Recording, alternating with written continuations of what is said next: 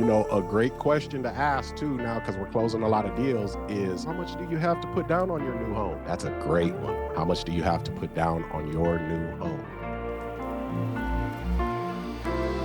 Tiff and Tad. Oh, you guys are in the car. How far along are you guys on that deal? Okay, so we closed on the house last Friday, and then this Friday we're going to do an open house in the morning and then meet with you on Saturday. But I was talking to a client today, one of my clients, and we got to talking, and he was asking me how everything was going with the home, and I told him we were ready to put on the market. So he asked me a bunch of questions. I answered all his questions. He asked me how much, what the payments would be like, how much down, and how soon to move in, and he wants to come Monday and look at the house. So we'll see what happens. Does he have a down payment? That when he asked me how much for the down payment, I told him $18,000, and he said okay.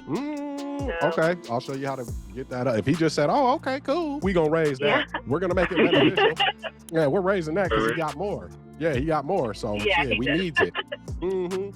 We need that. So, but we'll make it beneficial for him, obviously.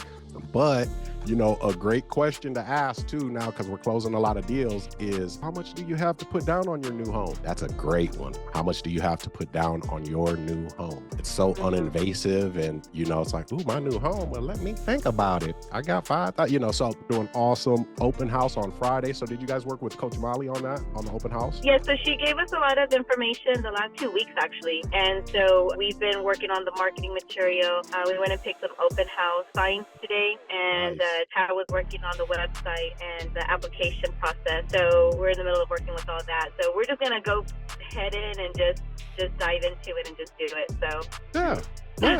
Hell yeah. Why wouldn't you? You got a house. I mean, you might as well have an open house. Like, so yes. But this is the best way to learn too in the field, taking action steps, taking that coaching and implementing the instructions so that you can get optimal results, so great work.